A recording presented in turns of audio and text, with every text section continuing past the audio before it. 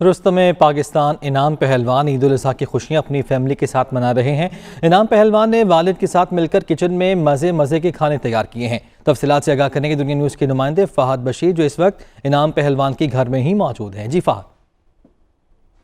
आज देखिए, मुल्क भर के दीगर शहरों की तरह गुजरांवाला में भी ईद उल अज़हा मजहबी जोशो खरोश के साथ मनाई जा रही है। इस वक्त मैं मौजूद हूँ रुस्तम पाकिस्तान इनाम पहलवान के घर, जहाँ पर सुन्नत इब्राहिमी की अदायगी के बाद घर में जो है वो मज़े के पकवान तैयार किए जा रहे हैं। आज की खास बात यह है कि इनाम पहलवान और उनके वालिद दोनों ने मिलकर आज जो है वो मुख्तलिफ इकसाम की जो है वो डिशेज तैयार की हैं और दस्तरखान भी सजा हुआ है। पूरे घर के जो फैमिली है जो है वो यहाँ पर ये खाना खा रही है। मटन कौरमा, मटन पुलाव, कीमा और जो है वो कलेजी जो है खास तौर पर तैयार की गई है और स्पेशल जो है वो पहलवानी दूध भी जो है वो आज के दिन बनाया गया है। रुस्तम पाकिस्तान इनाम पहलवान हमारे साथ मौजूद हैं, उनसे बात करते हैं। बड़ी ईद है, हमने सुबह नमाज पढ़ी, नमाज पढ़कर खुद ही कुर्बानी की, खुद ही गोश्त तैयार किया और उसके बाद हमने किचन में घुसकर मज़े के खाने पकाए हैं, खुद ही सर्व कर रहे हैं।